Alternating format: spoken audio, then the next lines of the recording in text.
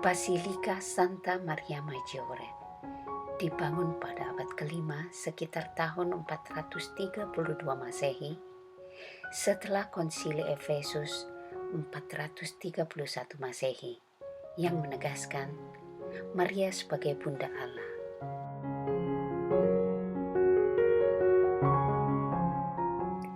Basilika ini adalah basilika terbesar yang didedikasikan untuk Bunda Maria.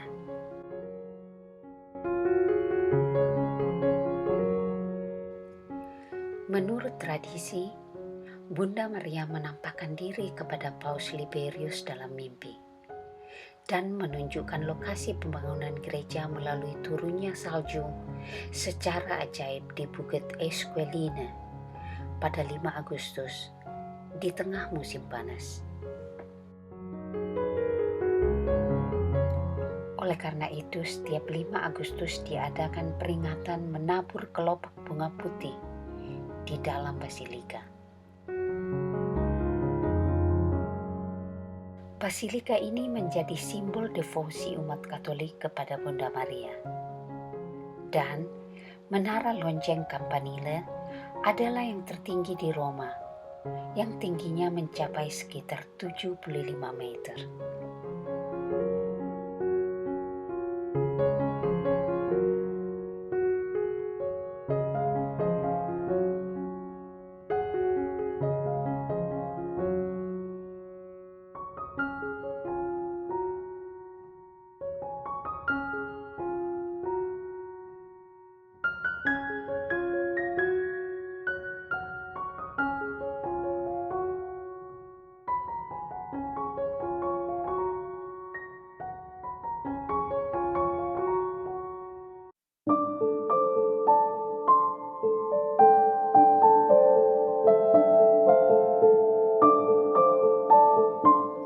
Tuhan yang Maha Kasih, dengan hati penuh syukur, aku melangkah ke dalam rumah-Mu yang kudus ini. Bersama semua umat-Mu, aku datang membawa doa, harapan, dan penyerahan diri. Di bawah perlindungan Bunda Maria, tuntunlah aku semakin dekat kepadamu. Sucikan pikiranku, tenangkan hatiku, dan kuatkan imanku. Semoga setiap langkahku di tempat suci ini menjadi berkat, dan setiap tatapan pada keindahan rumah-Mu membangkitkan rasa kagum akan kasih-Mu yang tak terbatas. Amin.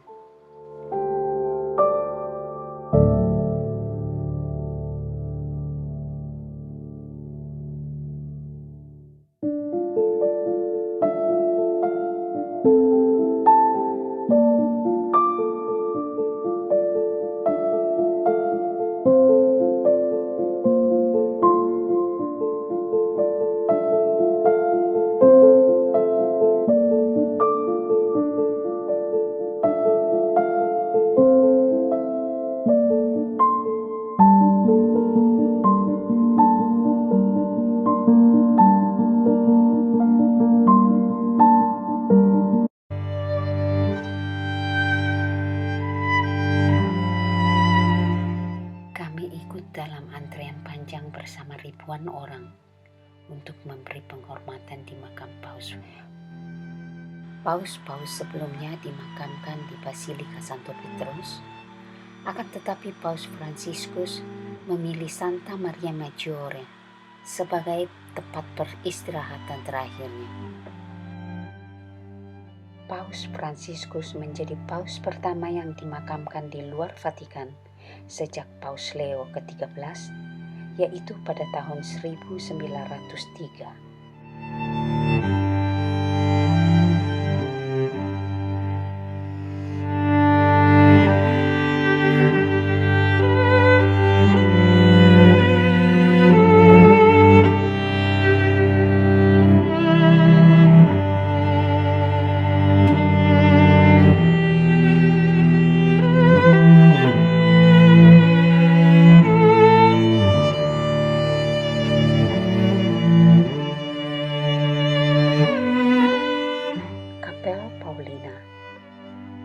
Ini salah satu bagian paling suci dari basilika ini, karena menyimpan ikon terkenal, Salus Populi Romani, yang dipercaya sebagai ikon pelindung Roma.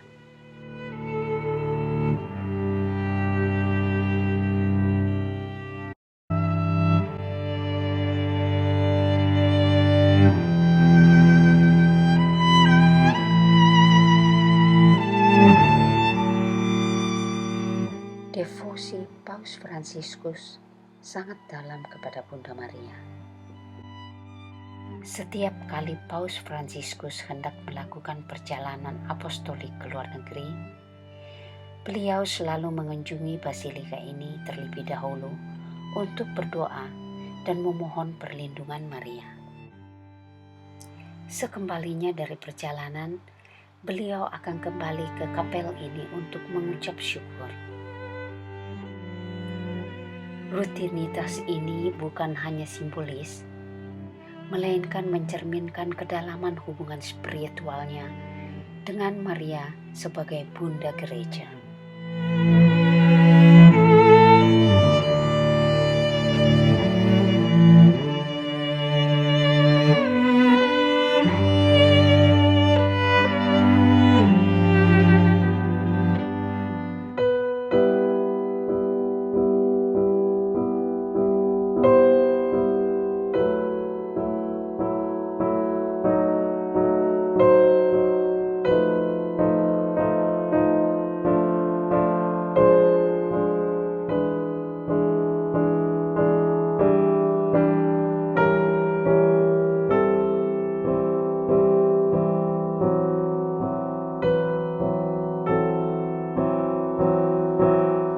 Baldacchino atau kanopi altar dibuat oleh Ferdinando Fuga, seorang arsitek barok ternama yang juga bekerja untuk banyak paus.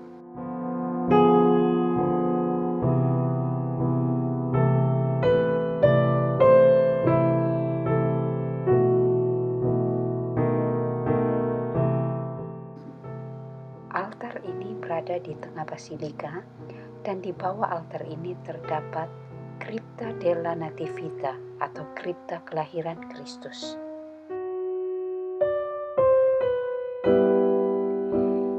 Di sini tersimpan relik palungan Yesus, yaitu potongan kayu dari tempat Yesus dibaringkan di Yerusalem. Relik ini disebut sakracula atau palungan suci. Disimpan dalam relik kaca, menjadi pusat devosi dan ziarah terutama saat Natal. Misa malam pertama diadakan di sini, dan para paus telah mempertahankan tradisi ini selama berabad-abad.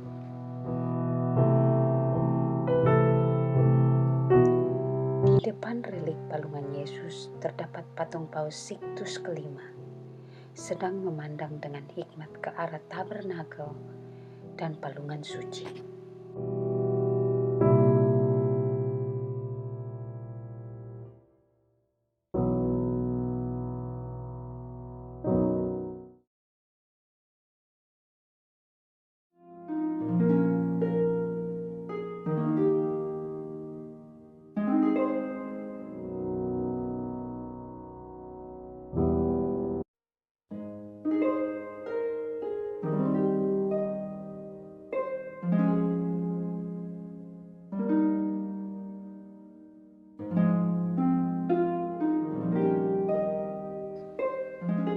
Di samping altar terdapat makam yang sangat sederhana dari Johannes Laurentius Bernini.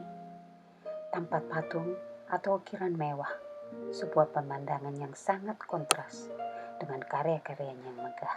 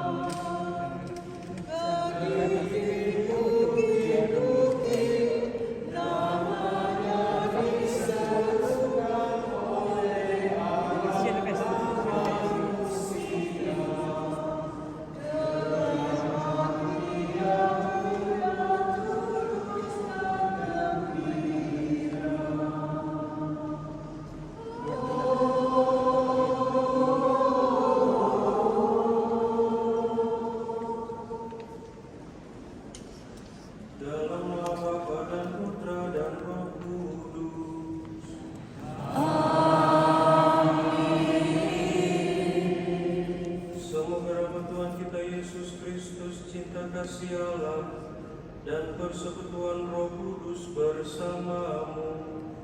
Dan bersama Bapak Ibu Saudara-saudari yang terkasih, Bruder dan juga para romo, siang atau sore ini kita merayakan pesta Santo Filipus dan Yakobus Rasul. Filipus Rasul berasal dari Betsaida di Galilea, adalah seorang murid Yohanes Pembaptis. Filipus mewartakan Injil di Frigia, sebuah kota tua di Asia Kecil. Clemens dari Alexandria mengatakan bahwa Filipus menderita penganiayaan hebat dan disalibkan dengan kepala di bawah, sebagaimana dialami Petrus di Roma pada masa pemerintahan Kaisar Domitianus. Filipus meninggal di Hierapolis, Asia Kecil. Jenazahnya dimakamkan di Hierapolis, kemudian reliquinya dikirim ke Roma. Sejak tahun 561 disemayamkan di Basilika Santi Apostoli di Roma juga. Sedangkan Yakobus yang dimaksud di sini adalah Yakobus muda, untuk membedakan dia dari Yakobus tua yang telah terlebih dahulu menjadi Rasul Kristus. Ia dikenal sebagai anak Alfeus dan saudara sepupu Yesus. Ia kemudian menjadi uskup Yerusalem yang pertama. Karena membantu menyelamatkan Paulus ke Roma, Yakobus dicurigai oleh orang-orang Yahudi karena mereka tidak mendapat kesempatan untuk membalas Paulus. Karena itu beberapa tahun kemudian Yakobus ditangkap, dilemparkan dari menara Koitala, lalu dirajam hingga mati pada tahun 62. Bapak Ibu Saudara-saudari yang terkasih, kita juga bersyukur kepada Tuhan atas hari ini boleh melaksanakan ziarah pengharapan. Semoga doa-doa permohonan kita yang kita bawa dari rumah dan juga perjalanan ziarah pengharapan ini sungguh berkenan di hadapan Allah dan dikabulkan. Per gli altri stiamo celebrando con lingua Indonesia. Grazie. Bapak Ibu Saudara-saudari yang terkasih, marilah mengakui dosa-dosa kita supaya kita layak merayakan pada Allah yang Maha Kuasa dan kepada saudara sekalian yang berkata, dengan perbuatan dan kelelahan, saya berdosa, saya sungguh berdosa. Oleh sebab itu saya mohon pada saudara Maria, pada para kita yang kudus, dan kepada saudara sekalian, supaya mengampuni saya kepada Allah kita. Semoga Allah yang Maha Kuasa, Kami memuliakan Engkau, kami menyembah Engkau, kami memuliakan Engkau, kami bersyukur padamu karena kurniamu yang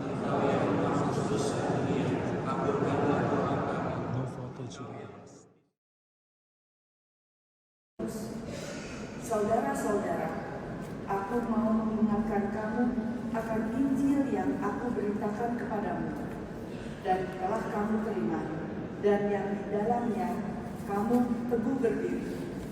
Oleh Injil itu kamu diselamatkan, asal kamu teguh berpegang padanya. Sebagaimana aku beritakan kepadamu, kecuali kalau kamu telah sia-sia saja menjadi percaya. Sebab yang sangat penting telah kusampaikan kepadamu, yaitu apa yang telah kuterima sendiri, yakni bahwa Kristus telah wafat karena dosa-dosa kita, sesuai dengan kitab suci, bahwa ia telah dimakamkan dan pada hari yang ketiga telah dibangkitkan sesuai dengan kitab suci, bahwa ia telah menampakkan diri kepada Kefas dan kemudian kepada ke-12 rasul muridnya. Sesudah itu ia menampakkan diri kepada lebih dari 500 saudara sekaligus. Kebanyakan dari mereka masih hidup sampai sekarang, tetapi beberapa di antaranya telah meninggal. Selanjutnya, ia menampakkan diri kepada Yakobus, lalu kepada semua rasul, dan yang paling akhir, ia menampakkan diri juga kepadaku, seperti kepada anak yang lahir sebelum wafatnya. Demikianlah sabda Tuhan. Inilah Injil suci menurut Yohanes.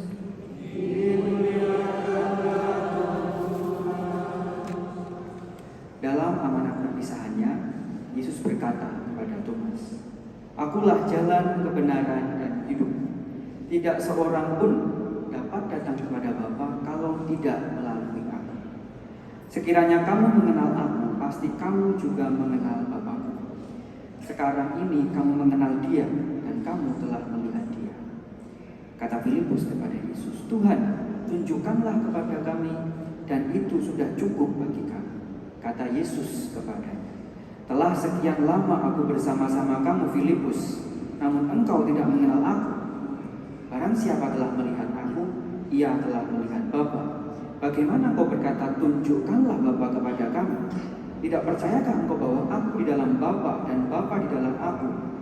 Apa yang aku katakan kepadamu, tidak aku katakan dari diriku sendiri, tetapi Bapa yang diam di dalam aku, dialah yang melakukan pekerjaannya. Percayalah kepadaku bahwa aku di dalam Bapa dan Bapa di dalam aku. Atau setidak-tidaknya percayalah karena pekerjaan-pekerjaan itu sendiri. Aku berkata kepadamu, sesungguhnya barang siapa percaya kepadaku, ia akan melakukan juga pekerjaan-pekerjaan yang aku lakukan, bahkan pekerjaan-pekerjaan yang lebih besar daripada itu. Sebab aku pergi kepada Bapa, dan apapun yang kamu minta dalam namaku, aku akan melakukannya, supaya Bapa dipermuliakan di dalam Anak. Jika kamu meminta sesuatu kepadaku dalam namaku, aku akan melakukannya. Demikianlah sabda Tuhan.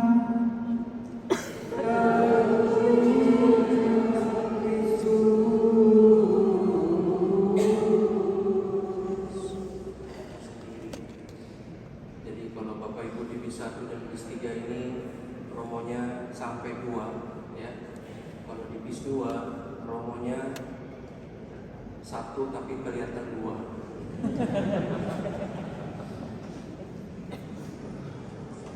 Saya dengan Bunda juga itu waktu diperhatikan juga Bunda karena beliau pewarta Injil juga.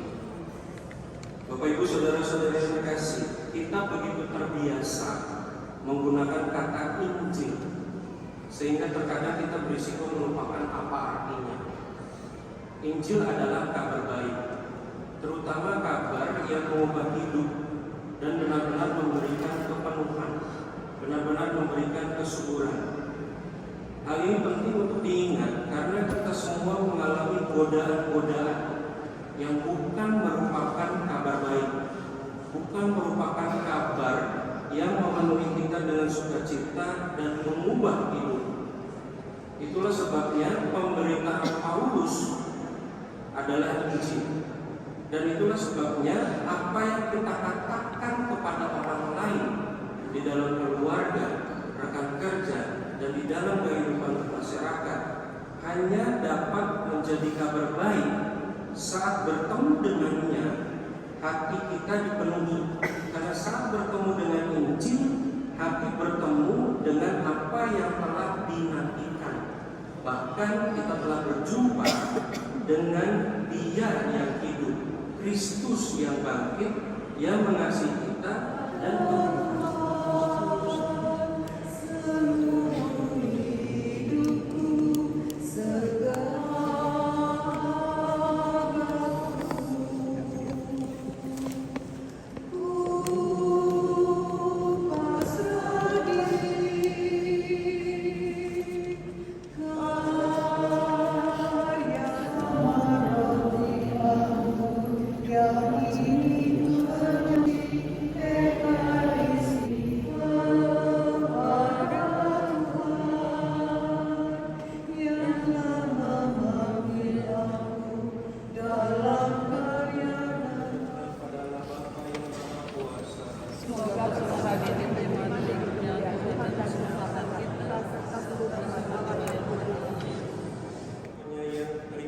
persembahan yang kami unjukkan kepadamu pada pesta para rasul Santo Filipus dan Yakobus. Semoga sembah bakti kami ini sungguh berkenan di hatimu demi Kristus Tuhan kami. Hormat kami bernyanyi bagimu sambil berseru.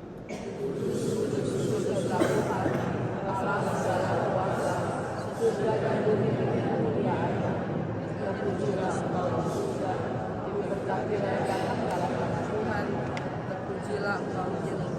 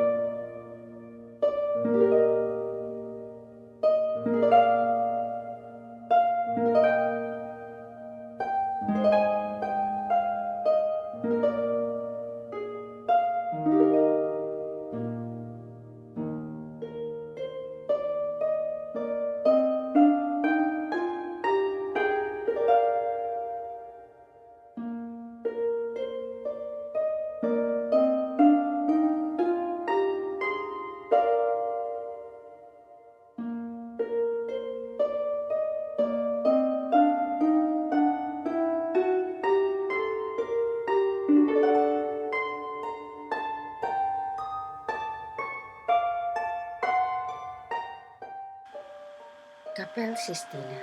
Kapel ini terletak di sisi kanan altar. Kapel ini dibangun atas perintah Paus Sixtus kelima.